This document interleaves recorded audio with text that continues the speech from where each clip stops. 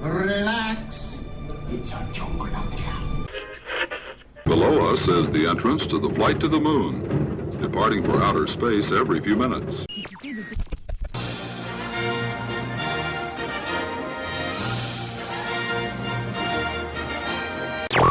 You know, it wasn't too long ago we had to carry water from a well. But thanks to progress, we've got a pump right here in the kitchen. We're going to bring ghosts from all over the world, but we haven't got the ghosts in there yet. We're out collecting the ghosts. WDW Radio, your information station. Hello, my friend, and welcome to the WDW Radio Show, your Walt Disney World information station. I am your host, Lou Mongello, and this is show number 494, and I'm here once again not only to help you have the best possible vacation experience when you come to the Disney parks, but I also want to bring you a little bit of Disney magic wherever you are with not just the podcast, but videos, the blog, live broadcasts on Facebook every Wednesday night, my books, audio tours, special events, and more. You can find everything over at WDWRadio.com. Part of the reason why we love and visit Walt Disney World over and over again is the ability to leave the real world behind, be a kid again, and laugh, not just at ourselves, but the memories we are making and the jokes we've heard countless times. And this week, we're going to look at some of our favorite reasons, attractions, and moments in the top 10 corny, nostalgic, and sentimental things we still love about Walt Disney World. It's a fun and somewhat sentimental journey through many of the people, places, and simple things that we not only love and revisit, but maybe even have a bit of a deeper meaning for us as well. I'll then have the answer to our last Walt Disney World trivia question of the week, and I'll pose a new challenge for your chance to win a Disney prize package. Then stay tuned to the end of the show for more information, updates, and announcements, including information about our next Meet of the Month in Walt Disney World, during Food and Wine Festival, of course, your voicemails, and more. So sit back, relax, and enjoy this week's episode of the WDW Radio Show.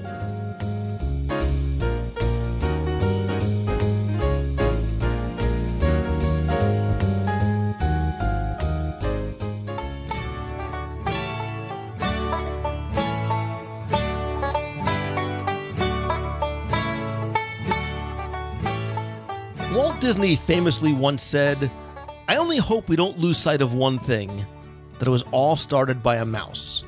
And I think Walt, like many of us, not only knew the importance and value in remembering and honoring our beginnings and backgrounds, but I think he was also a nostalgic and a sentimentalist.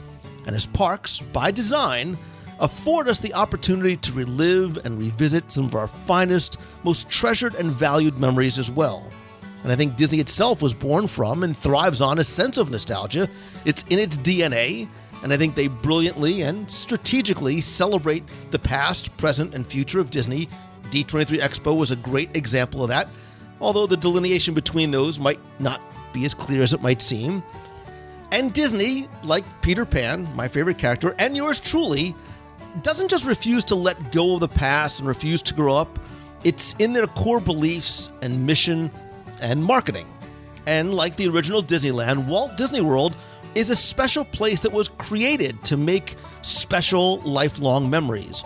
And in the dedication speech for Disneyland, Walt expressed his hope that Disneyland, and I think the parks that would follow, would be a place where age relives fond memories of the past, and here youth may savor the challenge and promise of the future. And from a business and customer service perspective, I think we could explore how Disney uses nostalgia to establish and really maintain customer loyalty. But for us, the guests, it's much more basic than that. I think Walt Disney World and Disneyland, that gives us the gift that Walt wanted, a place to relive those fond memories and look forward to the promise of creating new ones in the future. So this week, we're going to dig a little deeper into that idea in the parks. Because when we go and we leave that real world at the gates as we pass through those very carefully designed portals into another time and place, we allow ourselves to enjoy these parks as I believe we can nowhere else. And what sometimes might be considered ridiculous, childish, or silly elsewhere those are the things we look forward to experiencing over and over again. So this week, we're going to look at our top 10, call them nostalgic, sentimental, and yeah, maybe even corny things we still love about Walt Disney World. And joining me this week is a man who, for me, embodies pretty much all those qualities. He's nostalgic, he's a sentimental softie, and if you haven't figured it out yet, is corny in a dad jokes kind of way. So following that dad joke idea, he is the Geppetto to my Pinocchio, the Mufasa to my Simba, and the Tadashi to my Baymax, because I obviously fit the physique. He is, of course, little Timmy Foster from Celebrations Magazine and Guide to the Magic. Welcome back, my corny dad friend. Holy cow. There's a lie. I know I crammed a lot in there. I know. I'm upset, though. I'm not the Winnie to your Pooh anymore. You know, that when you say it, it sounds a lot creepier. It don't sound that great coming out of your lips. Well, you know, and the reason why I sort of used some of those analogies and references was, you know, we talked about some of the things that, look, I think when we were talking about what the idea for this segment would be, we used terms like nostalgic and sentimental and corny. Like there are some of the things that we love about Walt Disney World that are just plain corny, like a dad joke, right? We think that they're hysterical and our kids obviously don't. And I think there are things in Walt Disney World that, like Beetlejuice, keeps getting funnier every single time we see it. And that is sort of what brought this idea. But I think it goes beyond just corny. It is some of those maybe nostalgic and sentimental things that we still love about this place. Do you have a dad joke you can share? You know, no, because I'm sure I'll think it's so much funnier than a rules for a dad joke. No, I mean, I think we all have jokes that we probably think are funnier, and as our kids get older, they don't think so as well. But in Disney World, these jokes continue to play, and I'll be very curious to hear your list in terms of just how nostalgic and sentimental and maybe old some of these corny jokes, corny references, whatever they might be, are. Well, I'm adding one to my list as you said that. So, well, interesting, since we never talk about what we're going to talk about before these shows. The only thing I think we communicated back and forth was the word corny. So I think part of the fun in this is we might be taking this in a couple different directions. And as we have for the past 10 years or so. As we do with every show. Why should this be any different? Why break tradition now? So, well, when I was putting lists together and had my thought about this, it's not far from what you're saying. It's in the same vein, but I was going even further in thinking about attractions, shows, whatever it is that have been branded corny and are referred to as corny and are looked down upon and are like the cool kids say, oh, you know, that's stupid, that's corny and all that. To which I come to their defense and say, I know it's corny, but I still love it, and here's why. So it's kind of the same thing, but that's kind of where I was heading with that. So that makes sense? It absolutely makes sense. We're in the same kind of. Right, because I've known you for 15 years. So I'm just starting to understand how your mind works. But I have no idea what you were going to say first and just how much I have to go with you here for the first one out of the gate. Now, you're not going to go with me here at all because I'm going right for the... Right for the jugular. Just go right at it. Go right to the heart. Right bodily part. It's a small world, and this is I'm actually in you know this little magazine I make, the Celebrations thing. I've heard of it. Yeah. Well, anyway, I'm kind of in the middle of a column series. I'm doing. See, you thought this was an idea I just came up with, but where I'm kind of doing, you know, it's corny, but I don't care, and I explain why. And the first one that always comes to mind when I think of that is It's a Small World, because of the fact that it's an oft maligned attraction, unfairly, I think, and it gets a lot of ribbing, gets a lot of jokes. Even Disney makes fun of it themselves, like in The Lion King when Scar shot down Zazu when he started singing the song, and those DreamWorks people made fun of it in that Shrek Ogre Green Guy movie, whatever that was. But I know even before I did all of this, when I was just the avid Disney fan going to Disney, I'd read the guidebooks, and so many of them you'd get to It's a Small World, and they would tell you, don't bother, it's corny, it's for little kids, it's old, it's a stupid song, goes over and over, or even to the extent we see cartoons like I've been trapped on there for hours, it was worse than the Tower of Terror, things like that. And it bugs me. And I know we've talked about It's a Small World so many times. It's one of my all-time favorite attractions. I know it's my stepfather's favorite attractions. He has It's a small button pin that plays a song whenever he gets depressed. He plays it. But it's it's an attraction you just need to look at and appreciate it the right way and understand what it is. I guess. I don't know. I was going to say what I don't want to do really is go into the history and why it's important and why it matters and why it's important in Disney history and how iconic it is. It's just appreciate it for what it is. And I think what it gets the bad rap for, all right, the song is, I love the song, but yeah, I get it. It goes over and over again. But I get the feeling it's just the message is today just sounds corny. Like, let's all be together, kumbaya, be arm in arm, and no troubles and all that. And maybe the cynical among us don't think that's possible or that's even something realistic, and it's pie in the sky and whatever, and it's silly and it's for kids and all that. But, I love it. I think the message is a fantastic one. The attraction is wonderful to look at it. I see so many, when I'm riding it, I see so many people going through and they're talking to each other, looking on their phones. They're not looking. And it drives me crazy. But I just want to be the one that sticks the flag at the top of the mountain, say, It's a Small World. It's one of the greatest attractions ever. I don't care what all the guidebooks say. You got to go on it. You got to see it. Don't put it on your don't bother list because it's boring. So, is it a must-do every time you go? Absolutely, it's a must-do every time I go. And I think, well, for us, because I think we're going to get into a lot of this when you said nostalgia. A lot of this is nostalgia. And for me, It's a Small World does have a lot of its appeal to me is nostalgic. Because I remember when it's young, and to me it does embody all the good things about Disney and Walt Disney. And when you do know the history, it's more meaningful and stuff. And I get if you're a kid today and you go on and you don't know any of this stuff, it might seem, it doesn't go upside down, doesn't flip, it doesn't scare you. So, ho hum. But I think it's definitely, I don't think it's definitely a must do. It is a must do. So I'm going to tell you something, Timmy Foster.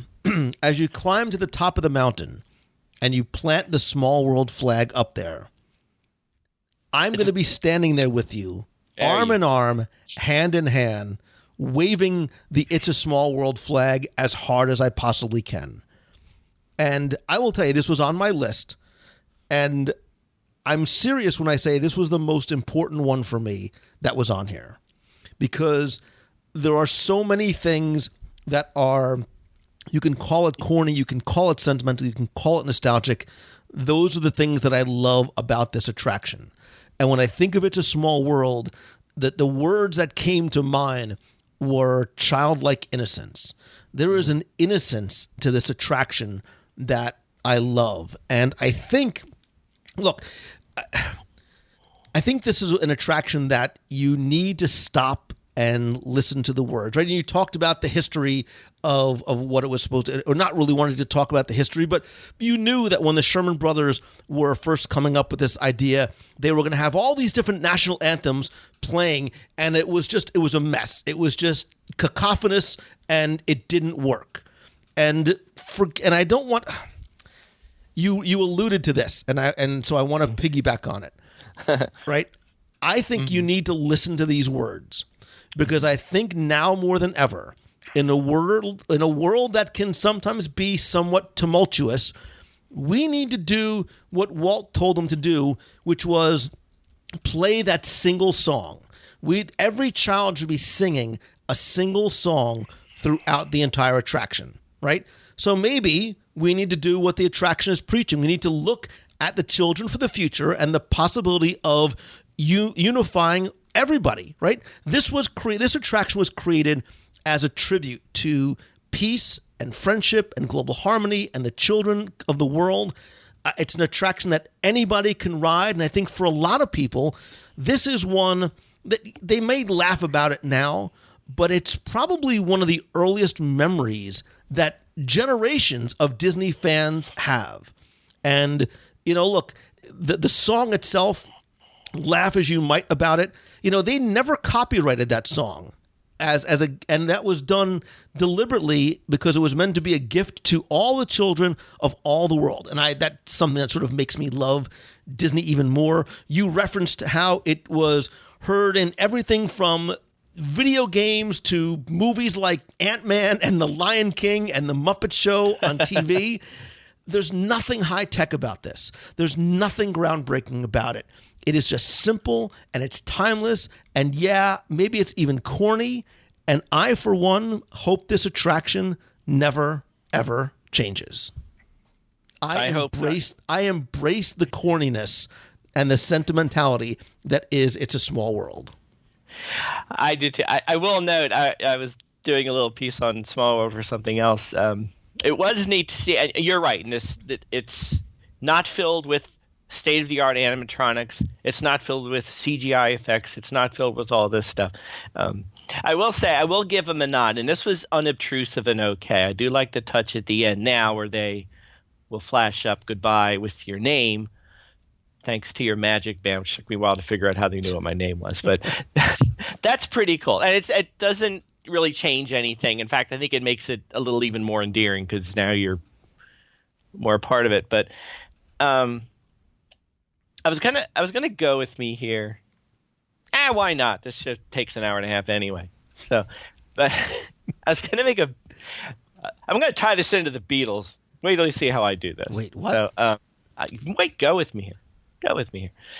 So, I think it's what you were saying. Listening to the words, listening to the message, and appreciating the message for what it is. And it's simple, it's happy, and it's naive. I admit it's naive.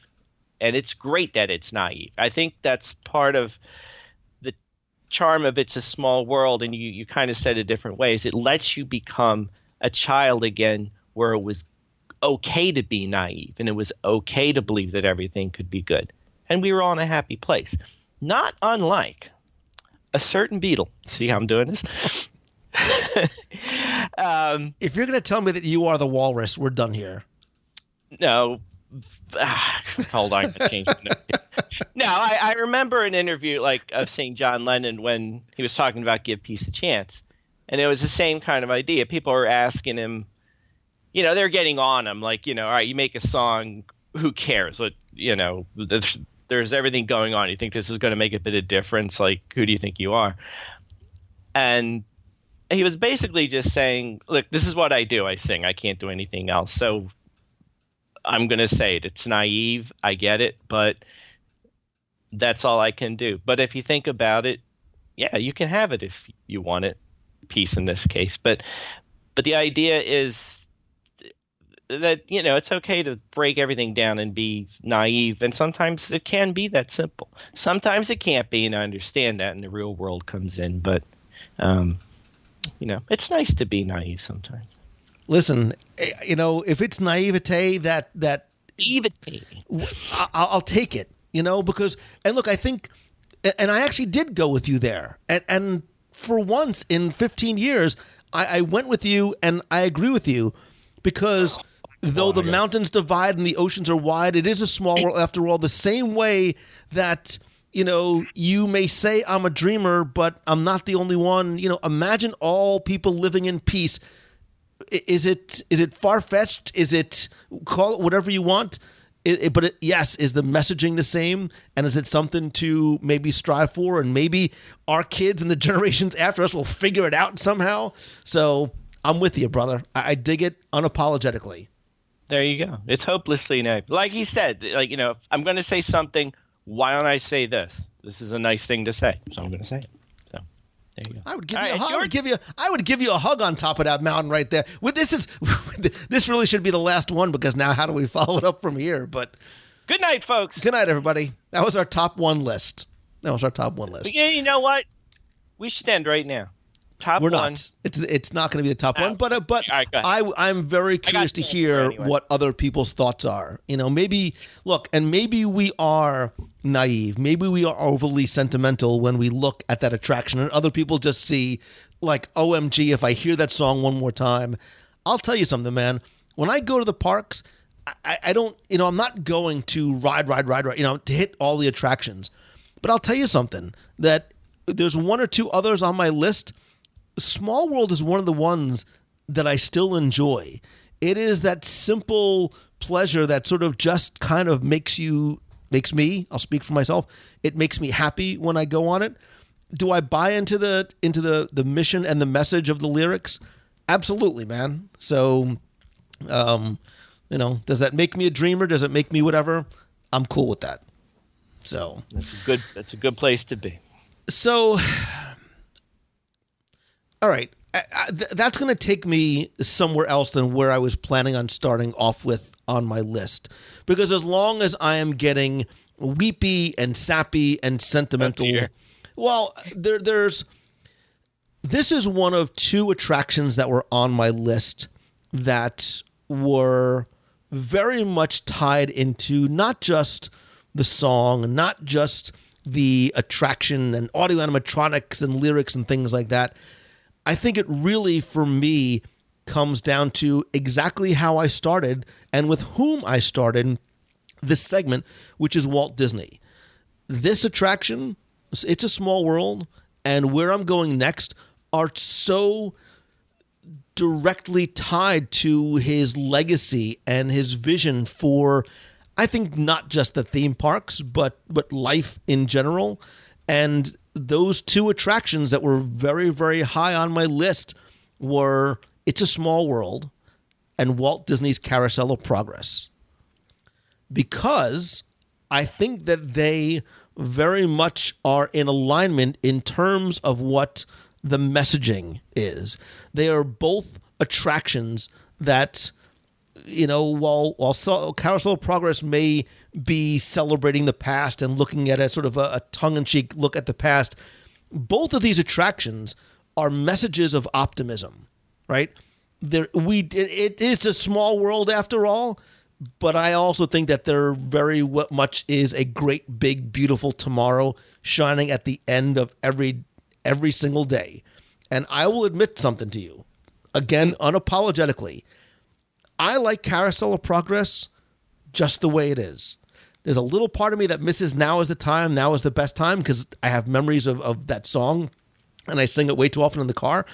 I think this is an overlooked attraction. This is not an attraction that is just meant to avoid the heat or, take a nap.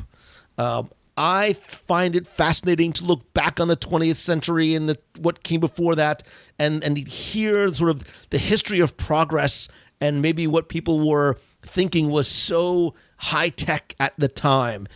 For me, this attraction is like sitting down with a grandparent who is telling you stories of what life was like when they were growing up. I don't have grandparents who can do that for me now.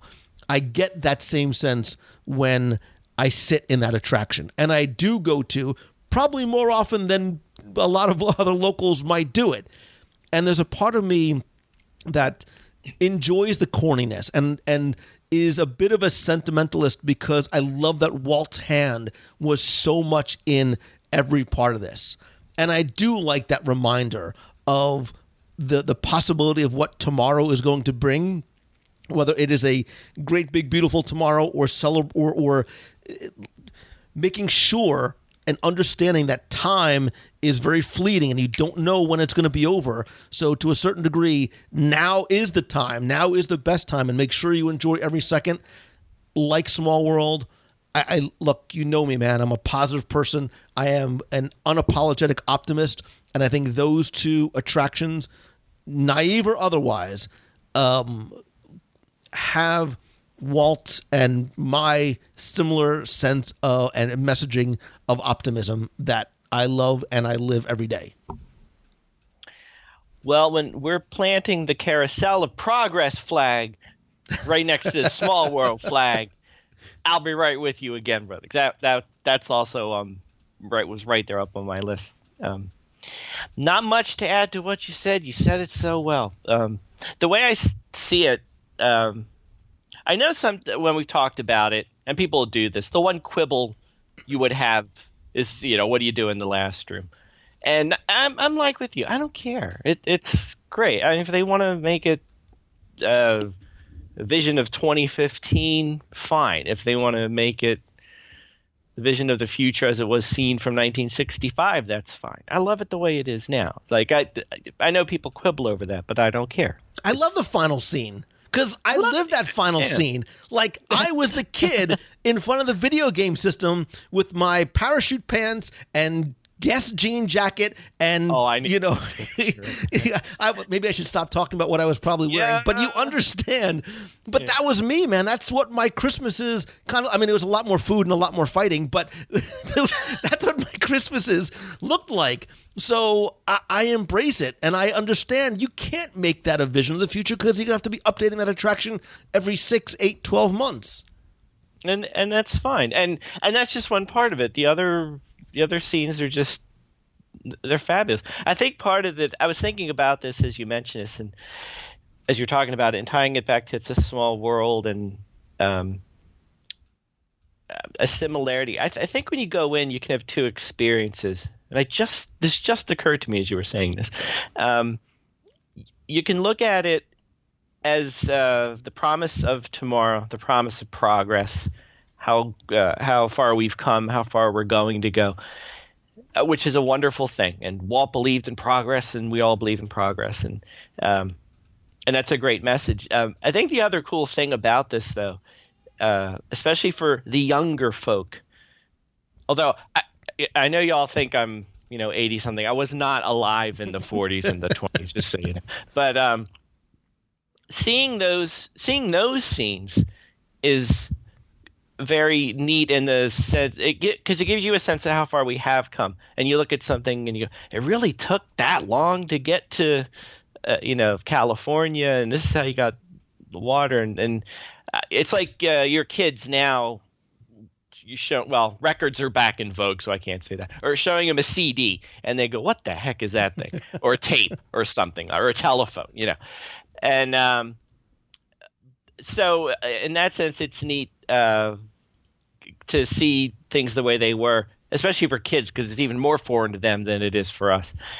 And so it's kind of it's an interesting mix. It's a look back and it's a look forward at the same time. But it is nostalgic. It's great. And again, there's a whole history that we could spend hours talking about, but that's not why I love it per se. As we were talking about it, and I was thinking back about how similar the 80s Christmas scene was, and I was making sort of a half joke about more food and more fighting. Like, I wish I could actually film like the Lou Mangello Italian-American version of the final scene of Carousel of Progress, just to see how different it really would have been in my grandmother's basement in Brooklyn. Yeah, that would be fun. So, no, it's one of those, and like It's a Small World, it gets a bad rap a lot. It's when people talk about must-see things you do at the Magic Kingdom, that's not on the list. It's boring, it's long, it's whatever, and I know we understand as we go through this. Some people don't have the luxury of living 12 minutes gate to gate, as someone tells me they do. And we realize sometimes you only have a day or two to go to the Magic Kingdom, and that's it.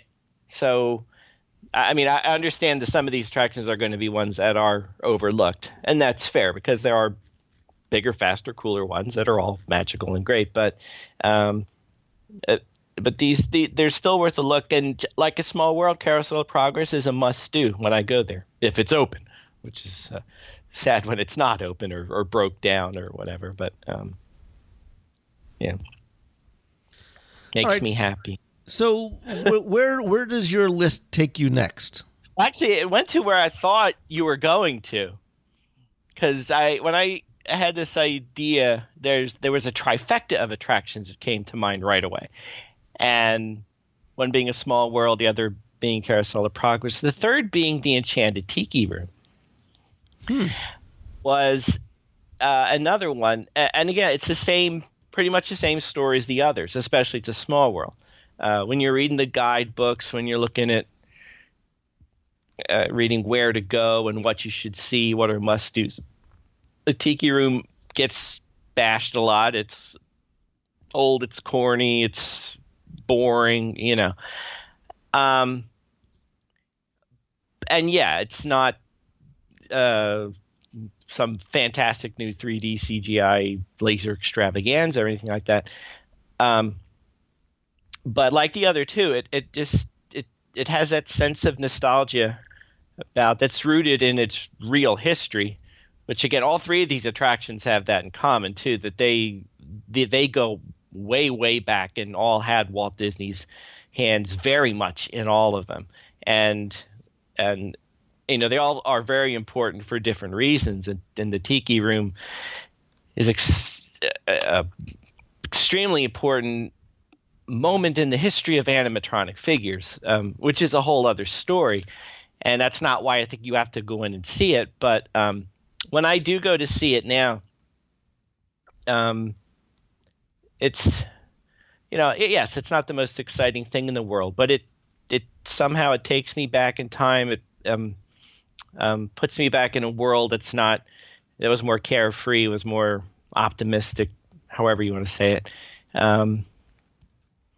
And that's it. It's corny. It is really corny. It is so corny. It's beyond corny. So what is it? What is it that brings you back to the Tiki Room? I think of the three attractions we talked about, this is the one most firmly rooted in nostalgia. Like I'll go back to it because it's one I remember when I was little. It's always been there. To me, it embodies everything that Walt Disney World is about and everything that Walt Disney is about.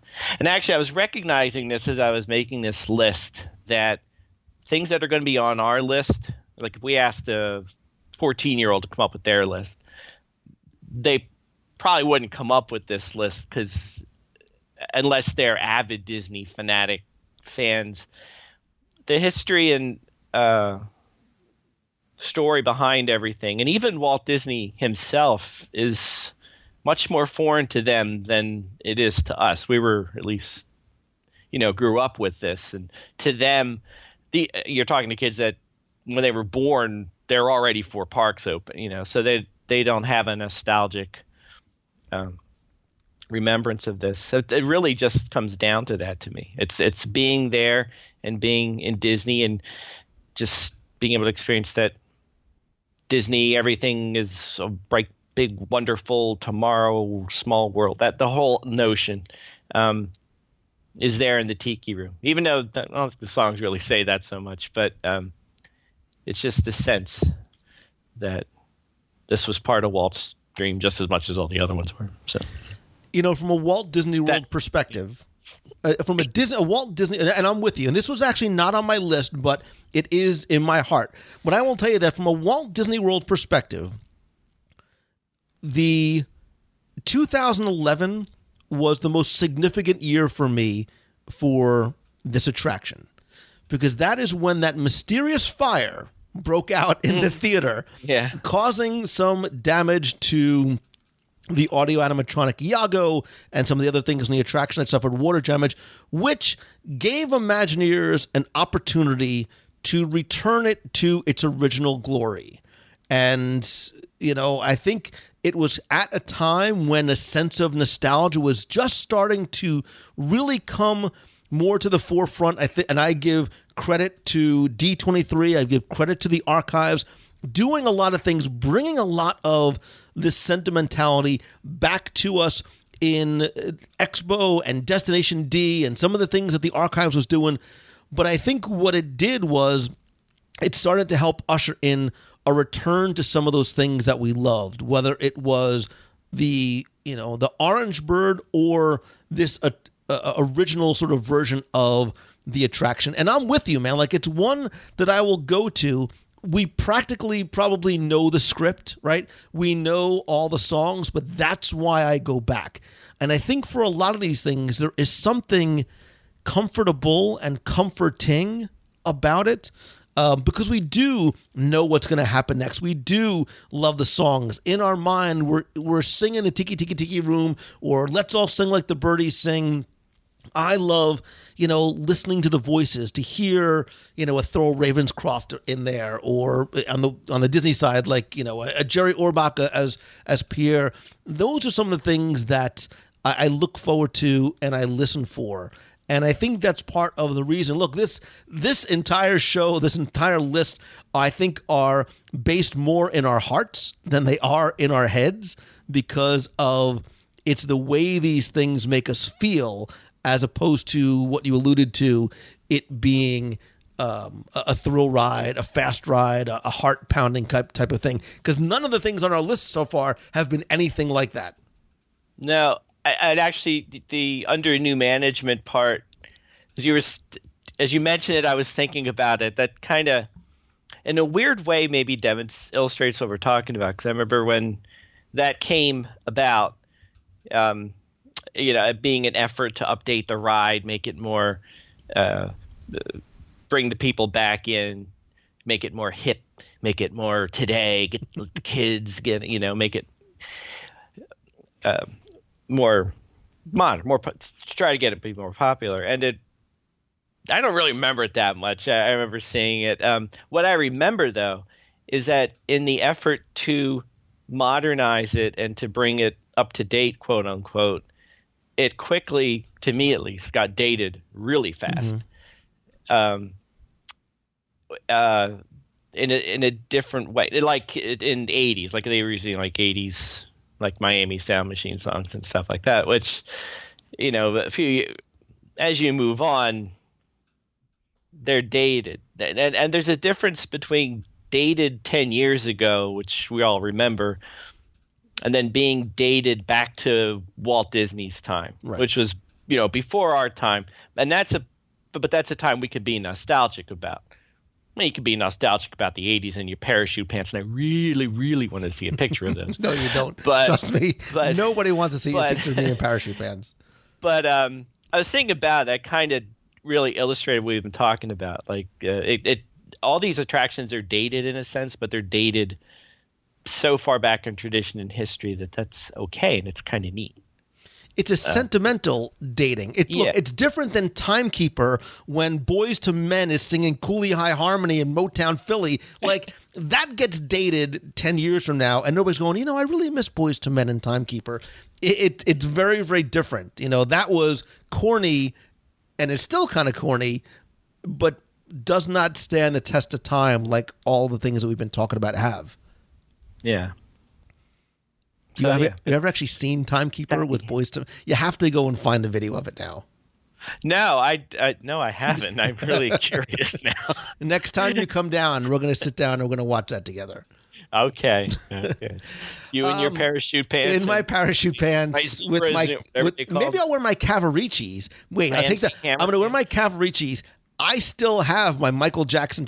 Never mind. Let's move. I need to move on because this is going to go horribly wrong for me really, really soon.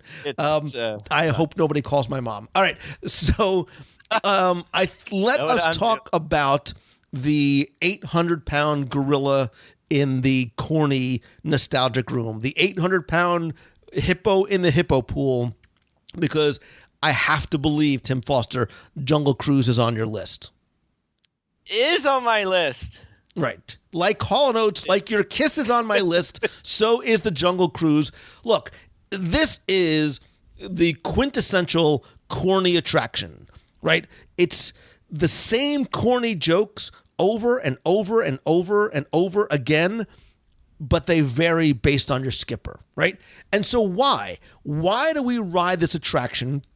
This is a somewhat rhetorical question. Why do we ride Jungle Cruise over and over again?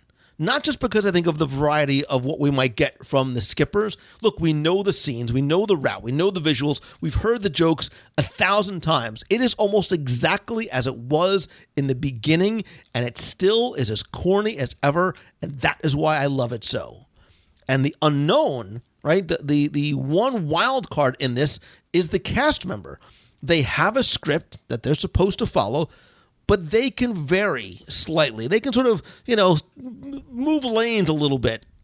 And I think that is, and look, one of the things I love about that is if there's a little bit of traffic and your boat is queued to sort of go to the dock at the very end, so often you'll find cast members that just sort of riff. And that's where they really sort of get to show their own style. Some are deadpan, some are cute, some are very corny. And I think that, the love I'm giving to this attraction is not just in the attraction itself, but for those of you who are or know of or are related to or were Jungle Cruise skippers, you are why this attraction stands the test of time. Those jokes don't have to ever change. You can tweak them, you can make a Jingle Cruise, but it's the cast members, it's the corniness and the bit of sentimentality I think that we get from this that makes this probably one of, if not arguably, the corniest of corny attractions that we love so much.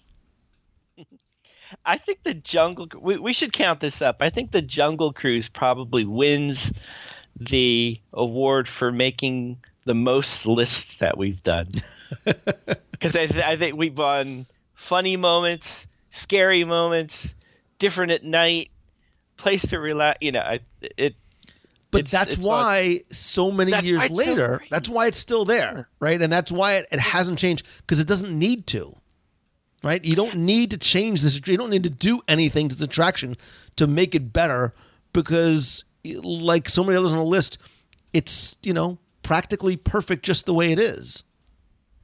I think the thing with the Jungle Cruise, another thought that's coming to mind as we list through all these attractions, and maybe this is, as I think about it, part of why these attractions mean this much to me, is the whole notion of Disney comparing it to any other theme park you'd want to. And other parks are parks. Some are great. Some have fantastic thrill rides, shows, experiences, whatever.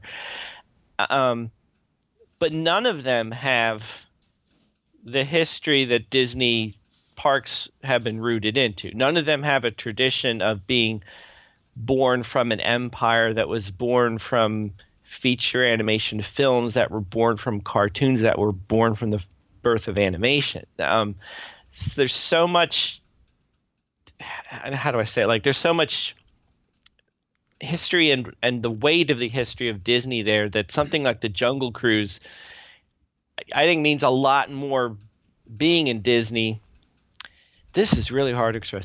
Being in Disney, it means a lot, because it you see it, and at least to us who know something about the past and are interested in it, it does bring to mind all the stories of how Walt Disney was involved in this and the inspirations of it, and going back to how the animatronic elephants and things came to be, and how they evolved from a long line of bringing things to life through animatronics, through animation, through drawings and stuff. And there's such a history there, and it means something. And I think that's with all these attractions, it's the same thing. You could plunk Jungle Cruise in another park, and it would be neat, but it wouldn't mean anything, if that makes sense. So, and if you go to another park, not to put them down, but if you go on their attractions, I don't feel any sense. They're fun and they're great, but I don't feel any sense of connection to any history or nostalgia or anything like that. So, whereas all of these do, and the Jungle Cruise is absolutely one of them. All of us who went when we were little, when the park first opened, we remember that.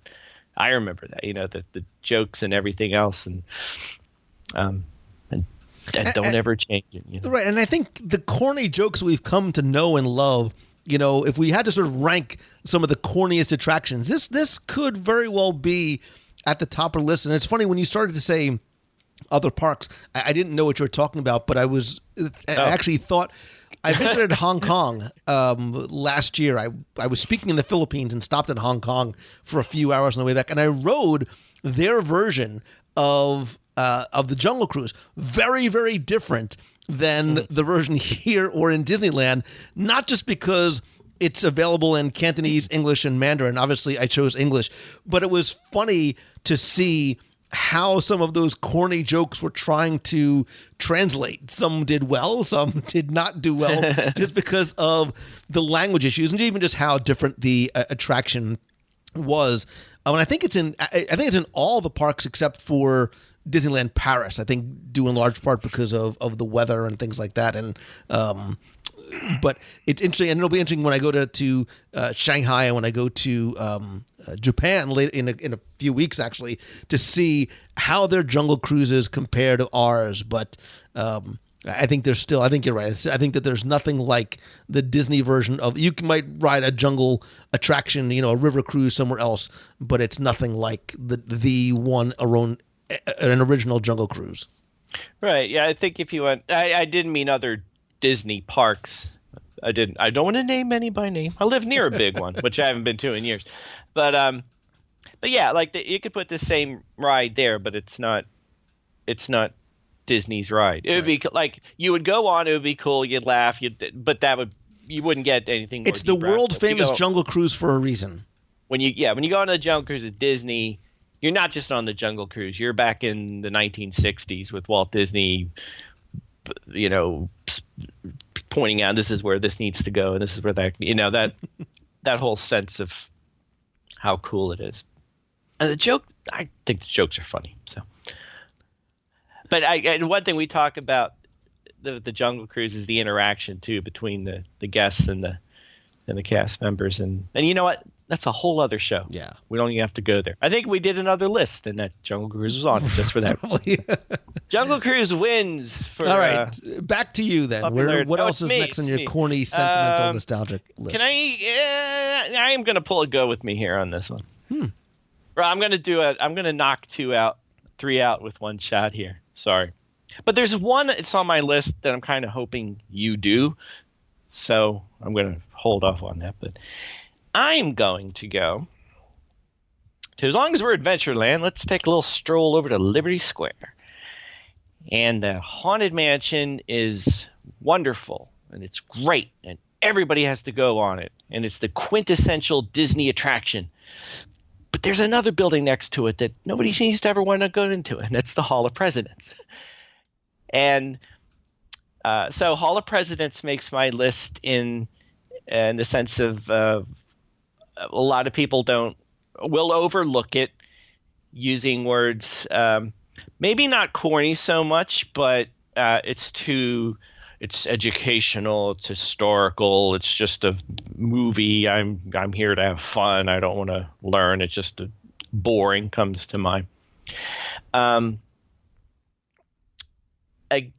again, like all these other attractions, this one has such deep-rooted historical significance in Disney with the animatronics and moments with Mr. Lincoln and the whole history of it. But even if you didn't know any of that, just going in and seeing the show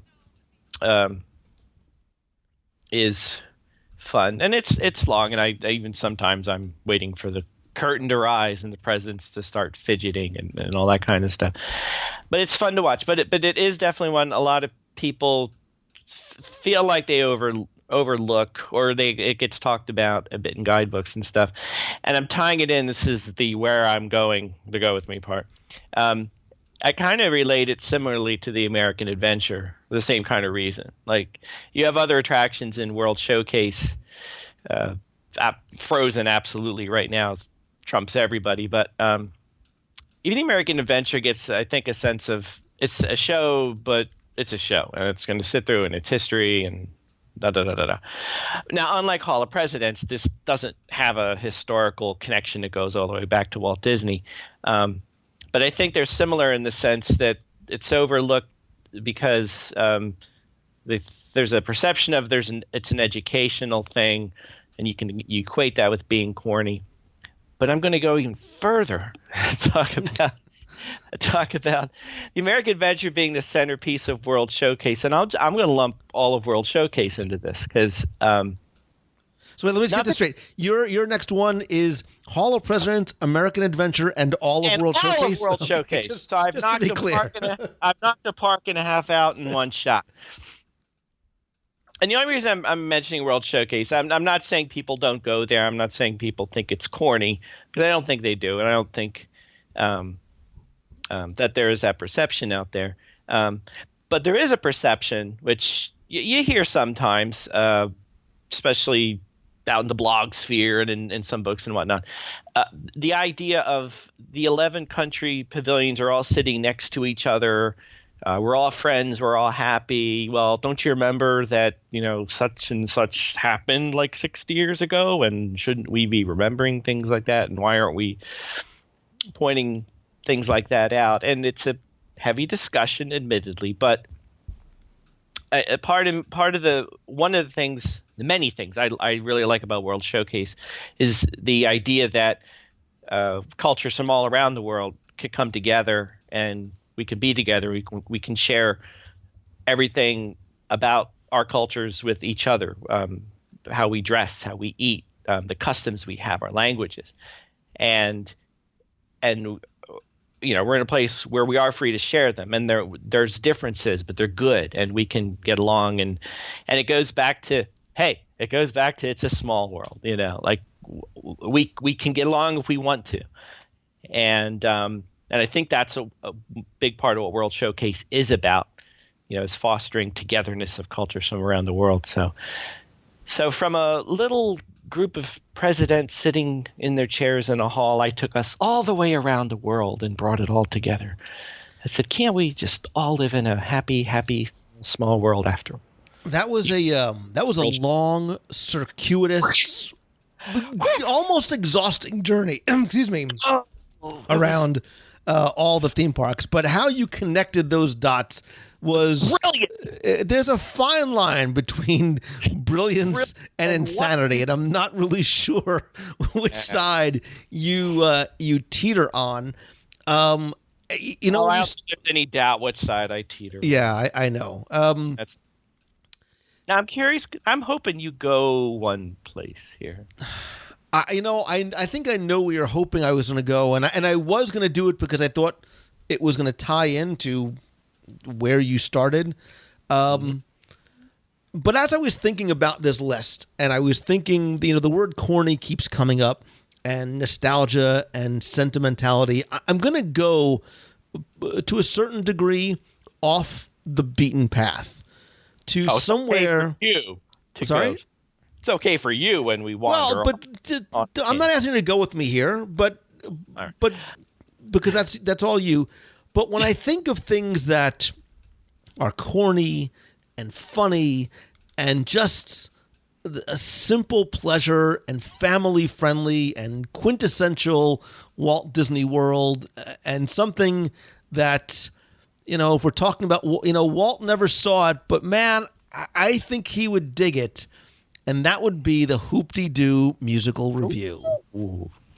Okay. That for me is, and listen, I will take the fact that it's all you can eat food out of the equation, and the cornbread and buckets of chicken, because that's something separate.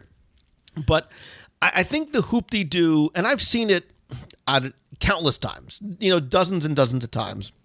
And oftentimes, if we have friends come down, we'll go and do it again. And I love watching, especially first-timers' reactions to it, as much as I like watching the show, because this, too, has not changed in the more than 30, I think it's like 38,000 performances that it has done over the past 40-plus years. You talk about things that stand the test of time as being really one of the longest continuously running musical stage shows in American theater history, like not just Walt Disney World. There is something special to it.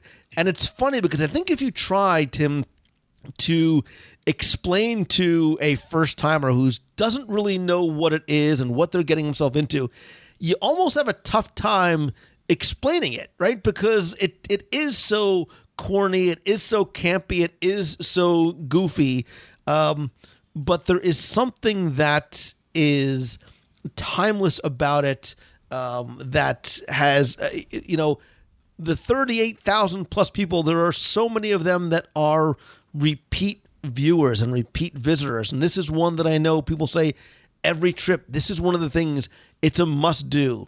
There are memories associated with this. There are stories that are associated with it. And that's why for me, like this show, although I miss the song, I miss the original song oh so very much, and understand why it had to go away for copyright issues and things like that. There is still something fun and, dare I say, special about the Hoop-de-Doo musical review, and the fact that it's unique to Walt Disney World maybe helped bump it up on the list even a little bit more for me too. Now you're going to take me one day, you promise. I will take you. If you come, the next time you come down here, I promise you, me and you, I'll spring for like the really good, category 1 main floor seating right in the middle of the action kind of thing. But you better believe, sister, I'm going to make sure you get picked. Wait, so I have to get up and sing or something? Oh, well,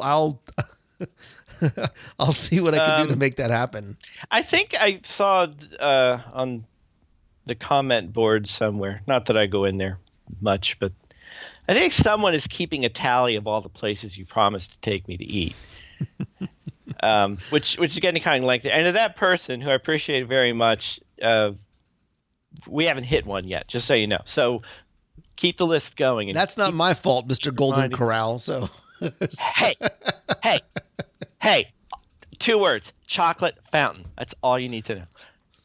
And you know what, too? I think this is it's more than a meal. It's more than a show. I mean, if you think about it, it's maybe a little bit more than 2 hours long, and there's dancing and singing. But I think so much of the humor is so corny, and there's a little bit of improv, in there. There's audience participation in there.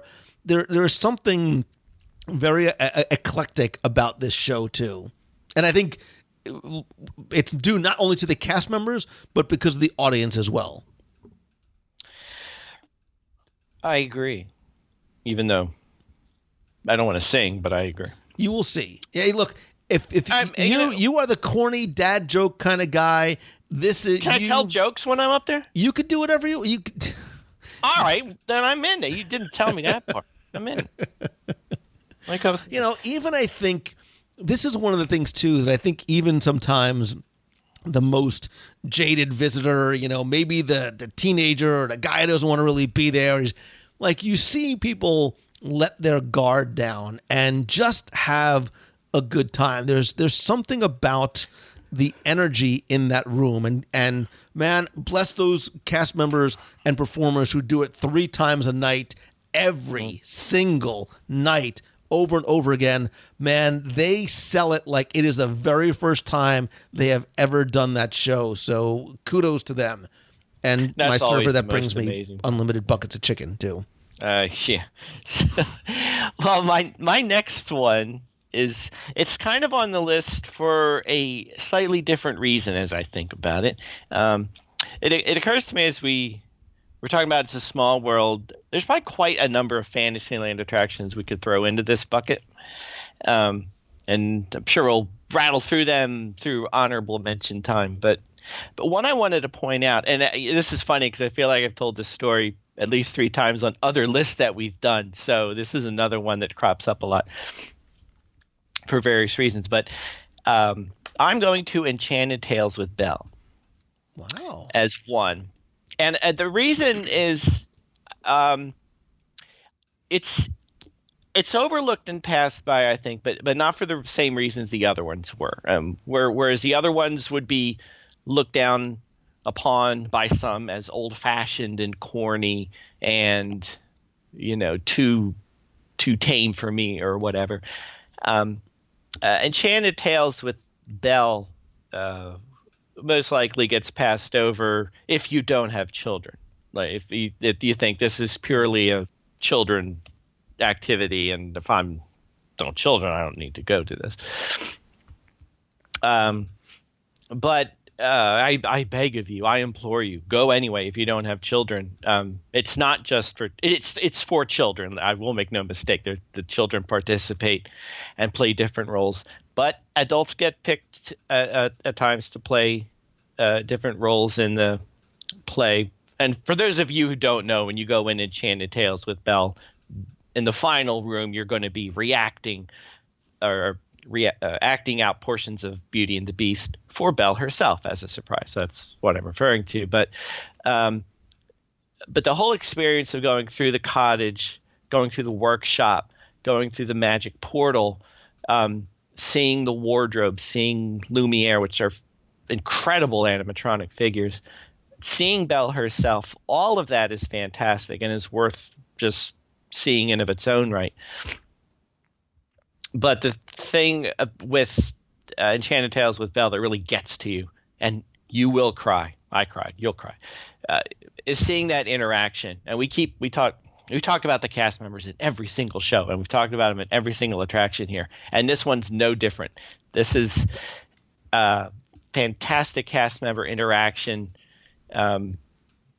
Even more so, you're part of the show on this attraction. They're just not telling you jokes or performing for you. You're involved, and they work with you. And seeing the looks on your children's faces or other children's faces as they get to meet Belle or play their part in the play is something you'll never forget. I guarantee you'll get emotional, even if they're not your children. But the point being, it's not. You may look at it on the map and see Enchanted with Belle and just think it's a kids attraction. Yes, it's focused on kids, but it's just not for kids. It's so much more than that, and it's one that you need to go. And I don't know if corny really fits as a descriptor for this, but it kind of falls in that same bucket of it's overlooked because it's not exciting enough for me, that kind of thing. So, but go, you'll be dazzled. You'll be dazzled. You dazzled. I thought you meant like get bedazzled, get bedazzled, like my jean jacket in 1986. What? Or my shorts now.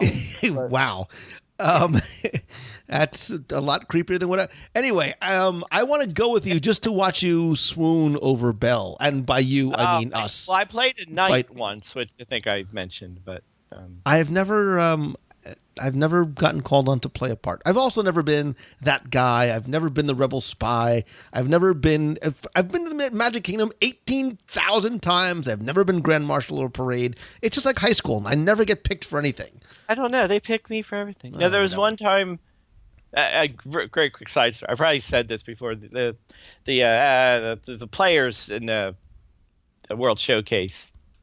Well, this was the same thing because I went into Enchanted Tales with Belle for no other reason. I kind of wanted to take pictures, for this stuff that we do. And it's kind of hard to do when you have to stand up there with a mask in front of your face, so I didn't get to take pictures. But I did even better. I got to be a part of the show. But that happened to me, too, with the performers in the United Kingdom. They were doing A Christmas Carol, and I wanted to take pictures, but they grabbed me to be Uncle Scrooge. No, I know I talked about this because I screamed and you were scared, and I think I broke the internet. So, all right, we won't go there again. So, but. All right, I'm gonna do one more because I've lost track and it doesn't matter, and then I'm sure we'll have a couple of just quick little honorable mentions.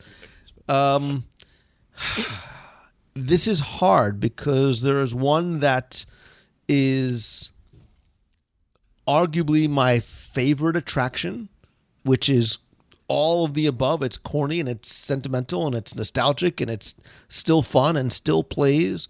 And you still haven't done the one I was thinking you were going to do, by the way. So I'm wondering if this is... Now you're wondering. I'm sure it's one of these two.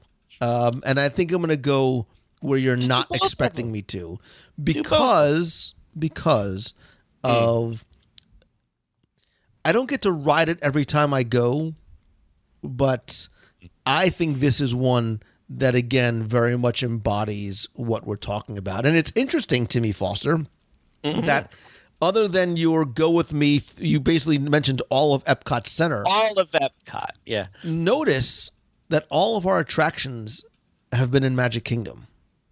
That's true. I am not going to break that streak. I'm going to bring us to Magic Kingdom, to Fantasyland, to an attraction that is probably less corny, maybe, than it is nostalgic, and has some of, if not the longest lines in the parks, not because it is the latest, the greatest, the tallest, the fastest, the longest, any of those est things. It is not. What it is, it's a must-do for probably every guest, and it's Peter Pan's Flight. Thank you very much. This, and I won't go on and wax poetic too long on this, because this, for me, is, again, this embodiment of this childlike wonder and awe. Look, I still, when I get on that ship, I have that feeling of flight. And I think that feeling of flight stands toe-to-toe with Soarin', or, yes, dare I say, Flight of Passage.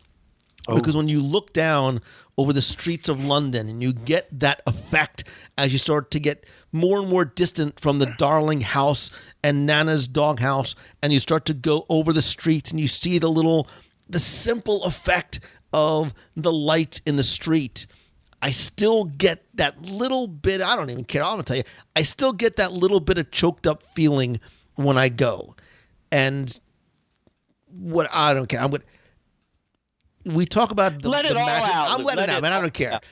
We talk about the magic of Disney World, and the magic is real here. There is something special and magical about this attraction. Look, man, you've heard me say that not only Peter Pan is my favorite character, but I never want to grow up. I never have grown up. Just ask my mother. No, I never will grow up. And thanks to attractions like Peter Pan's Flight, I never have to. And this is very much maybe it's a personal thing for me, but this is very, very high on my sentimental, nostalgic, yeah, man, maybe even corny. Call it corny because it's not super high tech. It hasn't changed. It hasn't been updated other than maybe the interactive queue, which makes you want to stand in line instead of using Fast Pass. There's great details in there, and you sort of get that feeling that you're sprinkled with the pixie dust, which I love, which sort of helps to complete the story of Flight. So once again, unapologetically, my heart goes to Peter Pan and Peter Pan's Flight. I'm with you, buddy. All right. I shouldn't tell you that I got my Fast Pass for Peter Pan. That's fine. As long as you do the interactive queue at least once, just like Flight of Passage, you can and should Fast Pass it, because otherwise the lines are long. Well, yeah. But before you launch into yours, no, please go through whatever remaining on your list. I had a few left. I won't go long into. Well, like I said, Fantasyland. I think you could lump a bunch of other things in there. I think you put Winnie the Pooh in the same bucket. Not quite as nostalgic because it's not as old as Peter Pan, but any of those dark rides, even Little Mermaid, they often get passed over because they're not. Other than if they happen to be new, but they're not as fun, as exciting. But they have their own magical moments. I love the rain and Winnie the Pooh and bouncing along with Tigger, things like that. One thing, and actually, when we're talking about It's a Small World, I think you can kind of, in a sidecar, put Grand Fiesta Tour for the exact same reasons, because I think it gets overlooked, and this is seen corny in the same way It's a Small World is, and if people see it as it's a little Small World clone, then they'll probably pass by. But go on it. It's wonderful. Donald Duck is hilarious. He loses his bathing suit. What else could you want? The one I put this one on there I'm not quite sure why, but I put the Walt Disney World Railroad on there. And I think my thought process, I'm trying to remember when you were trying to remember what your bullet points were.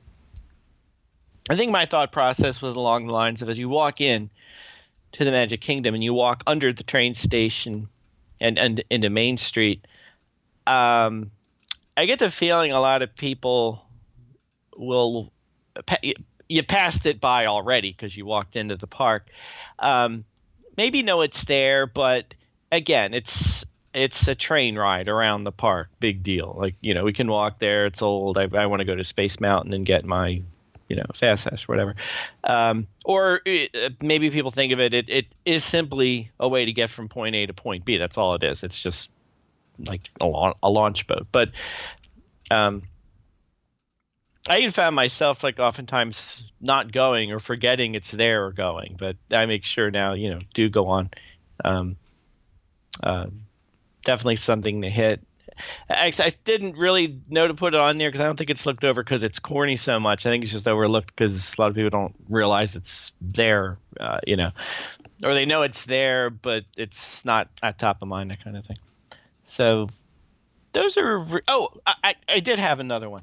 Chef Mickey's. Wow. That was the big one. You bringing food into the equation. I'm bringing food in the equation. Now, I'm bringing Chef Mickey's in. Now, because for us, that is a must-do. Every time we go to Chef Mickey's. We know it's expensive. We know, well, the food's great. But, we know that I'm going to swing the napkin around. Nobody else is. I'm going to embarrass my entire family. You get the pictures with the characters. For people who go to think of Disney as being overly commercial or souvenir happy or whatever, they'll point to something like that, like Chef Mickey's, where you go to breakfast, you meet the characters. That's corny. I need to go, off do the attractions and so on and so forth. One of my favorite Saturday Night Live skits is all about that. The one where Lindsay Lohan was on it, and they all cracked up because they can't keep a straight face for a whole other reason. But only bringing that up because Saturday Night Live made fun of the whole going to have breakfast and meeting the characters too as a corny notion. But we do it every time. It's a quintessential part of the Disney experience, and I gotta hug Minnie Mouse every time. I got to. It's not complete unless there's two people I need to hug: Minnie Mouse and Lou Mangello. And since Lou Mangello isn't there half the time when I go down, I gotta rely on Minnie Mouse, and she comes through. Well, you let me know, and I'll certainly be there for breakfast with you because I never turned down a meal. Throw food in there. Yeah, I never turned down a meal. I'm going to quickly go through my list. Can I tell you the one I thought you were going to do? I'll bet you it's the first one I'm about to mention. Let's see if you get to it. So there's two that I really am surprised I didn't get to, and I sort of kept moving down the list over and over again because I think they are quintessential, corny, and classic, and it's the Haunted Mansion and Country Bear Jamboree. There he is. Yeah. The timeless jokes in both still play. I think, like we talked about on show 492, the mansion is still that perfect blend of silly and scary, and that song still resonates, and the script and the narrator and the effects, everything still holds up. And it's an attraction sometimes I just like sitting outside of, right? And Country Bear Jamboree, again, that show has remained the same. And although you know every lyric and every song and every character, I still like going. I still find myself laughing. I still find myself singing along and singing Blood on the Saddle to my poor children when I pick them up from school. But poor kids. I also had TTA on my list. It's a simple pleasure. It's less about the story than it is about the vistas. We talk about sentimentality as I go on. I see how Tomorrowland has evolved over the years. I remember what was where and when. I look down at the racetrack. I remember being there in like 1976 with my dad and a picture that we have there. So it's a very personal, emotional one. And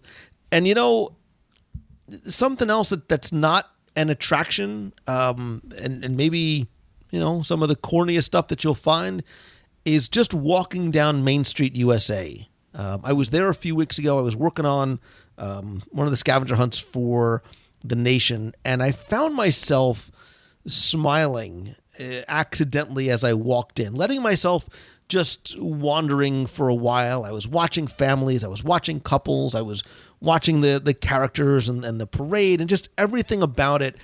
And it is timeless and it is corny. And I think that's it, Tim. I think that's why we love Disney. It's why we and millions of other people keep coming back. I think it maybe accidentally, maybe intentionally reminds us of our childhood. It reminds us of the innocence that it brings. We can, when we go back to Disney World over and over and over again, we've talked about our friends or former friends saying, you're going back there again. For the most part, we can relive it time and again with no worries of judgment of or by others, right? And, for me, this, I just love to look in this show and in life. I just love talking about things that make us happy about going there and being here. And there's so many of them. And yeah, a lot of them are corny. And this whole top 10 is corny. But so what? So what?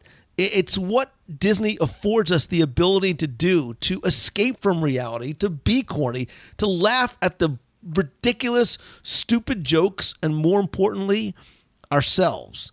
And I think that, no matter our age or your background or wherever, we all kind of remember at one point sitting down watching a Disney movie or a TV show, or we remember going to the park with our parents or with friends or meeting characters or riding the classics or simply walking down Main Street holding the hand of your father or your child. And when we go back, we want to relive those memories and create new ones, not just for us, but for the people that we're with, and so that we can cherish them from years to come and share them with our friends or our children as well. And I think that's the important things. I think so many things that were on our list, Tim, are because of the memories that we have, or maybe the traditions that we have. There's a lot of things that make us wherever we are from all four corners of the globe, right? We all sort of make the pilgrimage to Disney because I think we have that confidence and promise of the experiences that we're going to have. And it's a silent promise, but we know that every detail matters and we're the most important guests in the park. And I think that's what makes this, and corny or not, that's what makes this place magic. And I, for one, love it. I love it too. I think the way we phrased it a few times before, very simply, is it lets us be naive and have the childlike naivete again, where there were no rules, where your imagination could go wherever it wanted to go. There was nothing telling you couldn't do this, you couldn't do that. Dream big, dream whatever you want. The world is wide open, and that's it. That's the thought that gets to me on all these attractions. It may and going to Disney in general, just that whole notion. So. It may have been a marketing slogan, but I still believe that it is a place where magic lives. And does that make me corny? Probably. Do I care? Nope. Not at all. Because I have friends like you and little Timmy Foster from celebrationspress.com. What else? Because I know that it's coming. I will sit back, relax. What else can we find or expect from you and the good folks at Celebrations Magazine? What sort of magic and nostalgia and corniness is coming soon? Well, wait till you read my letter this time. It's going to be corny. Well, what's new? As with last time, we are still pre-selling our Christmas book. I will tell you, Lou Mangello, when we put the word out there that we were putting a new Christmas book out, and actually, it's actually not that hot up here, Lou Mangello, though it was in the 90s briefly. But lest we forget, folks, it is August. I am working on our Christmas issue of the magazine right now, which is very strange. But we were asked when we were putting the Christmas book out, are we going to have the Osborne lights in it? And everybody knows how much everybody misses these lights. And originally wasn't going to because they were in the first book. But by popular demand, Lou Mangello, we are going to add a huge Osborne lights pictorial back into the Christmas third book. It's also, we're going to make a big fuss about it in the Christmas issue coming up. So we're very excited. Are you going to make a fuss or a ruckus? Because there's a ruckus. A ruckus. Can you describe the ruckus? It's a quote from a movie. Never mind. Just keep shouting, crying. I don't know what movie. It's a Scarface. I don't know what. Oh my god. So anyway. Sorry. So anyway, the Christmas book is still out for pre-sale. It'll be coming out in November. But we are excited to let everybody know who's been asking, yes, we are going to give the Osborne lights lots and lots of love. And in the Christmas issue of Celebrations, we're going to give the Dream Lights love. We're going to give Lights of Winter love, Osborne Lights love. So it's going to be a Christmas light bonanza, fiesta, frenzy. And that's the big stuff I'm working on right now. But there's more. I know there's always something more coming from you and the fine folks at Celebrations Magazine. I will put a link in the show notes, or you could just go to celebrationspress.com. And if you, not you, Tim Foster, if you, my friend, have an idea for maybe a top 10 that you would like little Timmy and I to cover, do me a favor. You can email me, Lou at WDWradio.com. Call the voicemail at 407-900-9391. Or you can post a message over on Facebook. And I'd also love to hear from you. What is your favorite corny, sentimental, nostalgic attraction, moment, anything in the parks? I would love to hear from you. Little Timmy Foster, you are corny, you are sentimental, you are nostalgic, and those are just 3 of my top 10 reasons why I love you, brother. I look forward to doing this with you and many dining locations soon. Let's be corny together. That just sounded creepy. I know. Go with it. Because now when you say go with me here, I'm going to be a little more hesitant than I was before.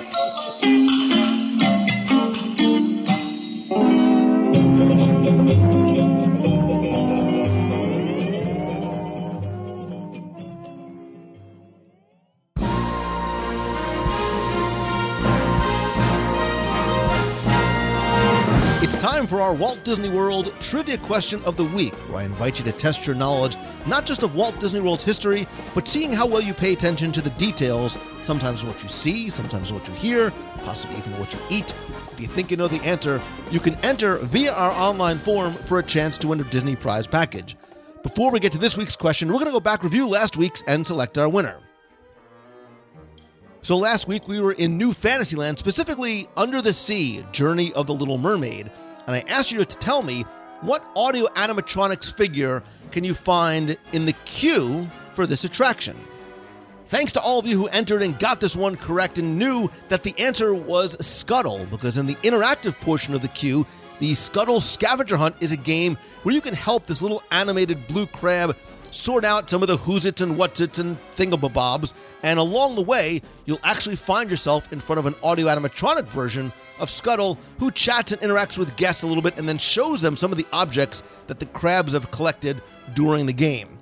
Again, I took all of the correct entries, randomly selected one, and you were once again playing for my 102 Ways to Save Money for and at Walt Disney World book, all 7 of my virtual audio tours to the Magic Kingdom, a WDW Radio Magic Band cover, a bunch of stickers, and a WDW Radio pop socket and stand for your phone. And last week's winner, randomly selected, is John Mazzaros. So John, congratulations. You used the online form on the site, so I'll get your prize package out to you right away. If you played last week and didn't win, that's okay, because here's your next chance to enter in this week's Walt Disney World Trivia Challenge. So we'll stick to the idea of corny attractions that we still unapologetically love, and for me, one of them, as I mentioned, was the Country Bear Jamboree. So we're going to stick with the corny and ask for you to identify who plays the corn jug in the Country Bear Jamboree. It's real simple. If you know the song, you're probably already singing it to yourself to identify who plays the corn jug. You have until Sunday, September 3rd, to go to WDWRadio.com, click on this week's podcast, and use the online form to enter there. Again, you're going to play for the book, the audio tours, the Magic Band cover, the stickers, the pop socket, and I'm going to throw in a mystery prize as well, just because. So good luck and have fun.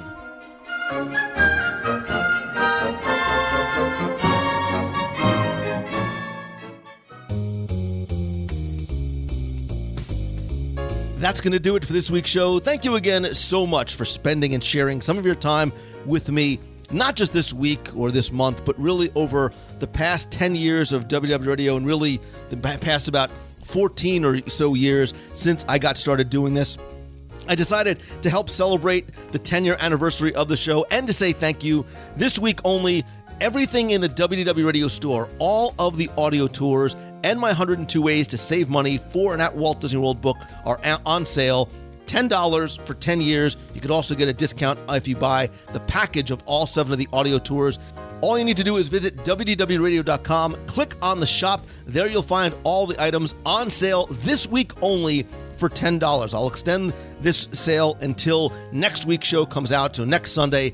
Everything is on sale for $10 again over at WDWRadio.com. Just a very small way of me to say thank you to you and for you. Don't forget, if you have a question you want me to answer on the show, you can email me, lou@WDWRadio.com. You can also call the voicemail. We heard on the air at 407-900-931. Tell me what your favorite corny moment or corny attraction in Walt Disney World is. Please be sure and like the Facebook page at facebook.com/WDW Radio. You can also leave your comments there as well and turn on notifications. This way you can join me live, not just every Wednesday at 7:30 p.m. Eastern as I do live video broadcasts and interactive chats, but throughout the week as I go and visit and wander and take you through the parks with me. Also, I want to say quick thanks again to all the members of the WDW Radio Nation family. I appreciate you so much and for all the help that you give to me in helping to support the show, including some day one members like Ben Barlow, Joy Johnston, Nancy Turingia, Michael Kell, Barbie Schurz, and David McIntosh. Thank you guys so very much for the love and the support you extend. And if you want to find out not only how you can help the show, but also get exclusive rewards every month. I do monthly scavenger hunts. We have a private Facebook group. I send out personalized Magic Band covers, logo gear, t-shirts, and care packages every month from Walt Disney World, as well as live video group calls and more. You can find out more by visiting WDWRadio.com/support. And don't forget that a portion of the proceeds do go to the Make-A-Wish Foundation of America. And speaking of Make-A-Wish, thanks to and because of you, I have been invited back to the Make-A-Wish Foundation's National Conference in October to not just share my story about the Dream Team project, but really the story that I want to tell is yours. Because of you, we've raised more than $250,000 for the Make-A-Wish. Because of you, we've sent and granted the wishes of dozens of children and their families to visit Walt Disney World. And while every one of those children has their own stories, so do you. And whether it's the story of how and why you joined the running team, how you've participated in one of our Dream Team Project charity auctions, whether you've come out to meet one of the Wish families during marathon weekends, what it means to you to grant a wish, or maybe how the wish granting or Make-A-Wish or the Dream Team Project has impacted you personally in different ways on different levels. I think you have an important story to tell, and it's one that I want to share when I go to the conference to help inspire others. If you visit WDWRadio.com/share your story, I would love if you would, in a paragraph, a video, an audio file, whatever, tell me a little bit about how, I want to sort of know your why, right? I want to know why you do what you do, why you are on the running team, or maybe how these stories have impacted you, because I want to be able to share it with the folks at the conference and maybe help them understand why you do what you do and how this might positively impact and influence others as well. I am incredibly grateful to you because you have made such a real difference in the lives of people that really need some magic. So to find out more, and again, to share your story, please visit WDWRadio.com/share your story. I would love to get these stories collected so I can put together my presentation by September 15th. And speaking of places and ways to connect, you can, again, like the Facebook page at facebook.com/WDW. I am at Lou Mongello on all the social. And as much as I love conversing with you and connecting with you online, you know I believe that nothing beats a handshake and a hug. I'd love to meet you at the next meet of the month in Walt Disney World. It looks like it's going to be Saturday, September 9th, during one of the early days of the Food and Wine Festival. I have another event that day, so stay tuned for the exact time and location. Also, be sure and visit the events page on our Facebook page to find out more about upcoming meets and events and group cruises to Alaska. A lot of other things we have going on as well. Also, I would love to invite you to visit LouMongello.com to find out how I can maybe work with you one-on-one or in a small group, or come to speak to your conference or your business, your event, or your school. Also, don't forget that October 14th through the 16th is my Momentum Weekend Workshop here in Walt Disney World. It's limited to just 50 people. There's only about 7, I believe, seats left. It's a 2-day interactive conference and workshop where I and other like-minded entrepreneurs will help you take that thing that you love and turn it into what you do, whether it is a blog, a book, a video, whatever it is that you do. We really want to be able to help you grow your brand and business and do what you love. Again, to find out more information, visit LouMongello.com.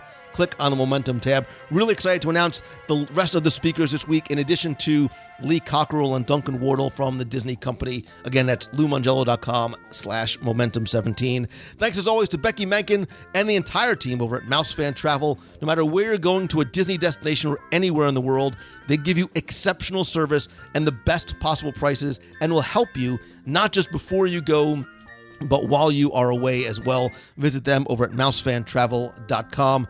And as always, my friend, and you are my friend, whether we have met yet or not, all I ask is that if you like the show, please help spread the word. If you like this episode or the Haunted Mansion episode or any episode from the past, take a second and just tweet out a link to one of your favorite episodes, or this one. Better yet, share it on your personal profile or in a group or on a page over on Facebook. And if you can, take just 30 seconds to go to iTunes to rate and review the show. That's really, really helpful. Thanks to you, we have more than 1,300 five-star reviews. I want to thank some recent reviewers like Z-Man7655, who says it's informative and inspiring. Being a resident on the West Coast, it's a pleasure to learn more about the Walt Disney World Resort. I got into Lou's shows by recommendations from other people, and it's the ultimate port for tips, humor, and to hear the words from an inspiring podcaster such as Lou. Oh, thank you. As a former Disneyland cast member, I know what it's like to share the philosophy that Walt carried on throughout his career. Listen to this show. P.S. I forgot to mention there's trivia questions every week. J Bravo J Bree says, this is the best Disney podcast. Fantastic. Just Kale says, the only Walt Disney World podcast. I can't say enough about how much both my family, and myself love this podcast, whether we're simply missing the Disney World or ramping up excitement for an upcoming trip or on the way to Walt Disney World. There isn't another show to listen to. Lou manages to be both informative, entertaining, and inspiring all in one 90-minute plus show. Thank you so much for your countless hours of entertainment, more than a whole trip's worth. We are major Disney fans before listening, and you simply created a whole new level of enjoyment. We've tried listening to other podcasts before, but yours is simply like coming home. And in addition to all the entertainment, you've helped bring my daughter, 11 years, I love that, and myself so much closer. Oh, you're going to make me cry. By sharing not only your own family with us on many shows, but by bringing us something that we can share and enjoy together for many, many more years to come. Many, many handshakes and hugs from our home to you. Thanks for the years of so much entertainment and Disney love. And here's to so many more. Just Kale, thank you. That means more to me than you know, and I love the fact that you and your family can listen together. If you'd like to review the show, you can just go to iTunes and search for WDW Radio, or go to wdwradio.com/iTunes, and you'll see exactly how to do it and a link over there as well. Finally, most importantly, sorry this is running a little bit long. Thank you guys again from the bottom of my heart. If there's ever anything that I can do to show my appreciation to you and for you, please let me know, because I would not be able to do this without you. And what I do for you as well. And it is only because of you that you have let my dreams become a reality. So don't let your dreams just be dreams. Go take that first step today. Challenge yourself every day to take another. And I hope that you have your best week ever. So until next time, see ya. Hey, Lou, it's Michael Ruffin, proud member of the WDW Radio Nation.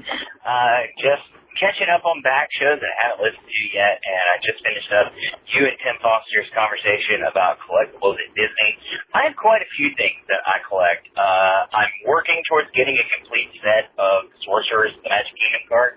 I have played the game a little bit. It's a lot of fun to play it, but mostly it's just going in, collecting my cards, and just carrying those around anytime I'm in the Magic Kingdom, and then going home, seeing what I have duplicate-wise, and building a set, building a complete set for myself, and possibly a complete set to give away to a friend of mine, a little boy. But my big thing that I collected is vintage Disney parks glassware, like mugs or glasses or cups, and it started by going to a thrift store and finding probably from around opening day, around the first couple of years of opening of Walt Disney World, a mug I think I got it for $1, and that's how it started. Now it's grown to, I have a nice mug that I bought for my first trip at Disneyland. I've got another kind of opening era Magic Kingdom mug. I have an Epcot, probably in the early 80s glass mug that I got off eBay. But my pride and joy in that collection is my $9.99 Happy Haunts Ball chalice that someone gave me as a gift. They found it on eBay. Not sure how much they paid for it, but that is my pride and joy. It is the center of that collection. So of all the things I do collect, that my glassware and my mugs is probably my most proudest accomplishment, and the one that I'm always kind of looking out to grow and make even better. Hey Lou, this is Drew from North Carolina. Just wanted to let you know that we really enjoy the show. And you're talking about the Haunted Mansion this week on the show.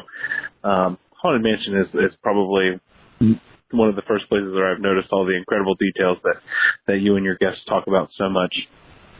But anyways, love the show. It's a great ride. And yeah, keep up the wonderful work. Thank you. Hey Lou, it's Caleb Finley from Nashville, Tennessee. I just got done listening to the Haunted Mansion episode. Haunted Mansion has always been my favorite ride. Figured I would call in and tell you a really funny story. So my very first trip to Disney World, all I was doing was talking about the Haunted Mansion. I was, talking about the ride, the story, the special effects. My family was just sick and tired of hearing about it over and over and over again. And I, knew every single trick in the book and got into the ride. We were standing in the stretching room and the lights went out. The lightning struck and I just started to cry. So the very first time I ever rode it, I only got to the stretching room. I was taken out of the chicken exit, and thankfully, the next day I got to go through the entire thing without crying. But my family still holds that over my head to this day. I absolutely loved the show, love the Haunted Mansion, and love everything that you do. Thank you. Have a great day. Hello, Mr. Lou Mongello. It's Andrew Thompson calling from Quesnel, British Columbia, Canada. I just saw some videos and stuff of you at the D23 Expo, and I gotta say, you are the greatest podcaster, food expert, park attraction. Did I mention food expert? Just to say, I really love you at D23, but I've never been to a D23 Expo, but when I watched that, I felt like I was there too, so thank you so much for doing that. I'm wondering, would you be able to do a D23 podcast? I mean, that would be excellent for like people who'd never been there like me, and I'm just like a long time away before I go to Disneyland for Halloween in October. So it'll be my first time that I would go to Disneyland in October for Halloween. It'd be my first time, and I hope you can make it there too, so I can meet you for like a handshake and a hug, or like what you say, and I really want to help you with a podcast too. I know my Disney stuff. I'm actually in the midst of writing my own Disney park book about where to go, what best foods and attractions. So I'm still in the writing of that. It's not out yet. It won't be out maybe till, I don't know, sometime next year. I don't know. But please do a D23 podcast, maybe even a video on your podcast thing, and I'm looking forward to seeing what you do. Thanks. Bye. You've got a friend in me.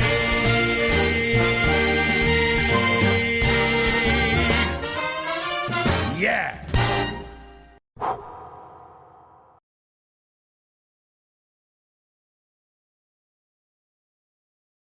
And progress is not just moving ahead. Progress is dreaming and working and building a better way of life. Progress is a commitment to people, a commitment to making today and tomorrow the best time of your life. It wasn't always easy. At every turn in our history, there was always someone saying, "Turn back, turn back." But there is no turning back. Not for us, not for our carousel. The challenge always lies ahead. And as long as man dreams and works and builds together, these years, too, can be the best time of your life. Now is the time, now is the best time, now is the best time of your life. Life is a prize, live every minute. Open your eyes and watch how you win it. Yesterday's memories may sparkle and gleam. Tomorrow is still but a dream. Right here and now.